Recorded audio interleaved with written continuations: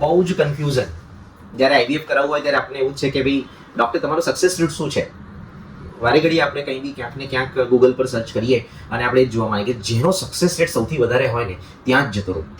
અને જનરલી આપણી ઝંખના એવી હોય છે કે 100% સક્સેસ રેટ. માનવ માત્ર હંમેશા સૌથી બેસ્ટ વસ્તુ પસંદ કરવા માંગે છે, પરંતુ રિયાલિટી ઘણી બધી અલગ હોય છે. રિયાલિટી ઘણીવાર જાણવા સુધી પણ છતાં પણ આપણી એક્સપેક્ટેશન પેલો 100%નો આંકડો ક્યારેય છૂટતો નથી. તો આવો આજે આપણે જાણીએ કે આઈવીએફનો સક્સેસ રેટ એટલે શું. આઈવીએફનો સક્સેસ રેટ બહુ બધા ફેક્ટરો પર ધ્યાન રાખે છે. એટલે કે ખાસ કરીને સક્સેસ રેટ વધારે જ્યારે હોય ત્યારે તમારી ઉંમર ખૂબ જ ઓછી હોય. સક્સેસ રેટ વધારે જ્યારે હોય તમારી ઈંડાની સંખ્યા 10 કરતાં વધારે મળે. સક્સેસ રેટ વધારે ત્યારે હોય જ્યારે તમારા યુટ્રસમાં કોઈ જ ખરાબી ના હોય. સક્સેસ રેટ ત્યારે વધારે હોય જ્યારે તમારી લાઇનિંગની થિકનેસ 6 mm કરતાં વધારે હોય અને સ્પેશિયલી 8 mm કરતાં વધારે હોય. સક્સેસ રેટ ત્યારે વધારે મળે કે જ્યારે તમારો બોડી વેઇટ જે છે એ 25 થી બીએમઆઈ જેને આપણે કહીએ છીએ એ 25 થી 30ની વચ્ચે હોય, અથવા તો આપણે એમ કહી શકીએ કે તમારું વજન 70 કિલોની નીચે હોય. અને સક્સેસ રેટ ત્યારે વધારે મળે છે જ્યારે તમારા સ્પર્મ ફેક્ટર્સનું કાઉન્ટ વધારે હોય.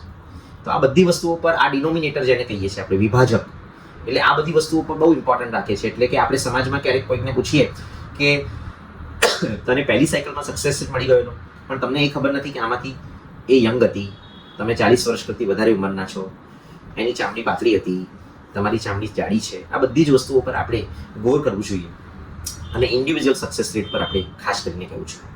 હવે જ્યારે હું એક એવરેજ સક્સેસ રેટની વાત કરું છું ત્યારે હું તમને આ એક પેપર બતાવું છું અને એ પેપરનું તમે ઇંગ્લિશમાં વાંચી શકો છો એ પેપર, અને એનું ગુજરાતીમાં બી હું એક કન્વર્ઝન કરીને તમને ખાસ મોકલવાનું છું.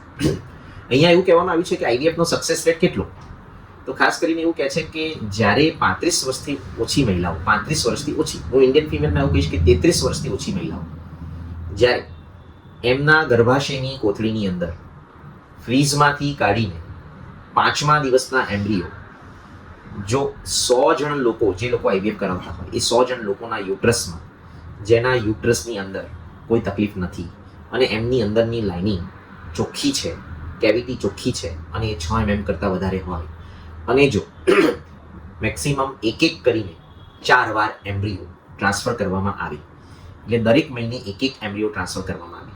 એટલે એક્ઝામ્પલ તરીકે જો જાન્યુઆરી મહિનામાં 100 જણાએ આઈવીએફની ટ્રીટમેન્ટ શરૂ કરી હોય અને દરેકના 5મા દિવસના એમ્બ્રિયો, 4 એમ્બ્રિયો જો મારા ફ્રીઝમાં પડ્યા હોય, અને આ દરેક 100 જણાને હું દર મહિને, એટલે જાન્યુઆરી મહિનામાં એક એમ્બ્રિયો ટ્રાન્સફર કરું, ફેબ્રુઆરી મહિનામાં એક ટ્રાન્સફર કરું, માર્ચ મહિનામાં એક ટ્રાન્સફર કરું અને એપ્રિલ મહિનામાં એક ટ્રાન્સફર કરું, કારણ કે આપણે ટ્વિન્સ પ્રેગ્નન્સી જોઈતી નથી. તો જ્યારે હું એપ્રિલ મહિનાની અંતે જ્યારે 4 એમ્બ્રિયો ટ્રાન્સફર કરીને એ 100 જણાને જ્યારે હું સંશોધન કરું છું તો 95 જણા લોકો મને એવો મેસેજ આપે છે કે મને પ્રેગ્નન્સી રહી ગઈ છે. એનો મતલબ એ થયો કે એક જ વાર એમ્બ્રિયો ફેંકવાથી અથવા તો ટ્રાન્સફર કરવાથી 100% રિઝલ્ટ મળતું નથી. ઘણીવાર આપણે એમ્બ્રિયો ટ્રાન્સફર કરવાથી ફ્રસ્ટ્રેટ થતા હોઈએ છીએ. એટલે કે તમે મને એમ કહેશો કે જયેશભાઈ, તો 4 વાર ટ્રાન્સફર કરવું જરૂરી છે? બધાને એક વારમાં 100% રિઝલ્ટ જોઈએ છીએ. હું એવું કહેવા માંગુ છું કે દુનિયામાં આપણે હ્યુમન સ્પીસીસ તરીકે ઉદ્ભવેલા છીએ અને આ હ્યુમન સ્પીસીસમાં 2 બેરિયર હોય છે. એક બેરિયર છે કે જેને જીનેટિક બેરિયર કહેવાય છે. જે પણ ગર્ભ તમે નાખો છો એ જીનેટિકલી હેલ્ધી હોય તો જ એ દિવાલ સુધી પહોંચશે. તો આપણે જ્યારે 33 કે ઓછી ઉંમરમાં જ્યારે એમ્બ્રિયોને જીનેટિક ટેસ્ટ કર્યા વગર નાખીએ છીએ ત્યારે જનરલી 30 થી 40% એમ્બ્રિયો એવા હોય છે કે જે જીનેટિકલી એબનોર્મલ હોય છે, એટલે એ એમનેમ જ બહાર નીકળી જાય છે. ત્યાર પછી જે 70 જણાના એમ્બ્રિયો છે એમાંથી પણ આપણે જ્યારે કોઈ પણ એમ્બ્રિયો સ્ત્રીના શરીરમાં નાખીએ છીએ, એટલે દ્રષ્ટાંત તરીકે આપણે સ્ત્રીના શરીરમાં તમારા પતિનો કિડની નાખીએ, મે બી આપણે એક્ઝામ્પલ તરીકે સરખાવી શકીએ. આપણે સ્ત્રીના શરીરમાં તમારા પતિનું લીવર ટ્રાન્સપ્લાન્ટ કરીએ કે તમારા પતિનું બ્લડ નાખીએ. જો આવું આપણને કહેવામાં આવે તો આપણને તરત થાય છે કે જયેશભાઈ એવું તો ઓછું હોય, આવું નાખવાથી રિજેક્શન તો થાય જ. એટલે કે કોઈ પણ બાયોલોજિકલ વસ્તુ જો બીજાના શરીરમાં કોઈ જ ટેસ્ટ કર્યા વગર ફેંકવામાં આવે તો બોડી 100% રિજેક્શન આપે. પરંતુ એમ્બ્રિયોની અંદર આ રિજેક્શન 100% નથી હોતું. એમ્બ્રિયોની અંદર આ રિજેક્શન જનરલી 40% જેવું હોય છે. એટલે જો એમ્બ્રિયો જીનેટિક બેરિયરમાંથી નીકળી જાય તો આ રિજેક્શન બેરિયરમાં 40% રિજેક્ટ થઈ જાય છે. અને જેના લીધે આપણે મિનિમમ એક કરીને 4 એમ્બ્રિયો જો જીનેટિકલી ટેસ્ટેડ ના કર્યા હોય તો 33 વર્ષથી ઓછી ઉંમર હોય તો એ લોકોને 4 એમ્બ્રિયો ટ્રાન્સફર કરવામાં આવે છે, તો એમને 95% રિઝલ્ટ મળે છે. મિત્રો, આ વસ્તુથી તમને શું ખબર પડી કે ધીરજ એ સૌથી મોટામાં મોટું ફળ છે. અને અનનેસેસરી અપેક્ષા, અનનેસેસરી માર્કેટિંગ, એક જ સાયકલમાં 100% રિઝલ્ટ, આ બધું જ મિથ્ય છે. અને આ મિથ્યને હવે આપણે શરીર મગજમાંથી કાઢી દેવું જોઈએ. મગજની અંદર એક જે સક્સેસ રેટનો મંત્ર છે, સાયન્ટિફિક મંત્ર છે, એને લઈને આગળ વધવું જોઈએ.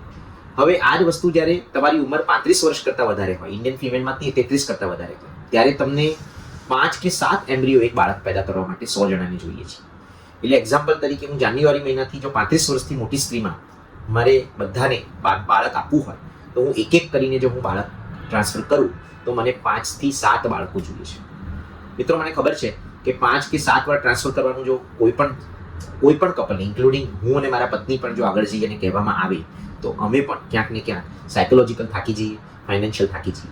અને આ બધી વસ્તુ ના થાય એટલે 35 વર્ષથી મોટી ઉંમરની સ્ત્રીમાં આપણે જે જીનેટિક બેરિયર છે, એટલે કે જીનેટિકલ એબનોર્મલ એમ્બ્રિયો, એ બેરિયર કુદરત રિજેક્ટ કરે એના કરતાં આપણે 12 ટેસ્ટ કરીને રિજેક્ટ કરી દઈએ છીએ. એટલે કે 7 એમ્બ્રિયોમાંથી આપણે જીનેટિક ટેસ્ટ કરીને જાણી લઈએ છીએ કે કયા 3 એમ્બ્રિયો એવા છે કે જે જીનેટિકલી નોર્મલ છે. અને ત્યારબાદ જીનેટિક બેરિયરને ક્રોસ કર્યા પછી આવનાર 100 દર્દીની અંદર આપણે એક કરીને એમ્બ્રિયો ટ્રાન્સફર કરીએ છીએ. હવે આ બહુ સરસ પેપર તમને બતાવું છું કે જ્યારે જીનેટિક ટેસ્ટેડ એમ્બ્રિયો જ્યારે એક કરીને આપણે કહીએ કે જાન્યુઆરી, ફેબ્રુઆરી અને માર્ચમાં એક કરીને જો 3 વાર ટ્રાન્સફર કરવામાં આવે તો આવા યુગલોને 100 જણે જાણે જાન્યુઆરી મહિનામાં ટ્રીટમેન્ટ શરૂ કરી છે ત્યારે માર્ચ મહિનામાં 95 મહિલાઓ એક કરીને 3 જીનેટિકલી ટેસ્ટેડ કરેલા એમ્બ્રિયોમાં પ્રેગ્નન્સી લઈને બેઠી હોય છે. જ્યાં તમારી ગર્ભાશયની કોથળી એકદમ ચોખ્ખી હોય છે, તમારી લાઇનિંગની થિકનેસ 6 mm કરતાં વધારે કે જેની અંદર કોઈ જાડા નથી હોતા, તમારો BMI એટલીસ્ટ 30 કરતાં ઓછો હોય છે, તમારું વજન એટલીસ્ટ 75 કિલોથી ઓછું હોય છે, અને આ સિવાય તમને કોઈ મેડિકલ ડિસીઝ હોતા નથી.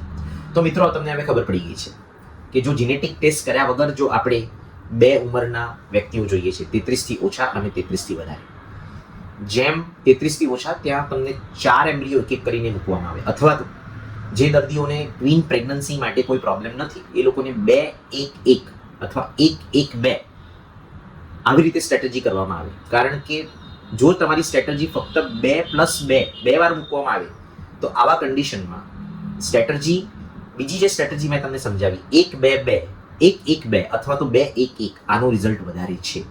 અને જનરલી હું એવું કહેવા માંગુ છું કે 1-1-1-1 આ ફ્યુચર છે જે મારી ક્લિનિકની અંદર અત્યારે હું જનરલી બધાને એ જ સમજાવું છું કે નવી જનરેશન માટે સિંગલ એમ્બ્રિયો ટ્રાન્સફર ખૂબ જ હિતાવ છે, જે કોમ્પ્લિકેશન ફ્રી છે અને એનાથી ફેમિલી બહુ જ બેલેન્સ રહે છે.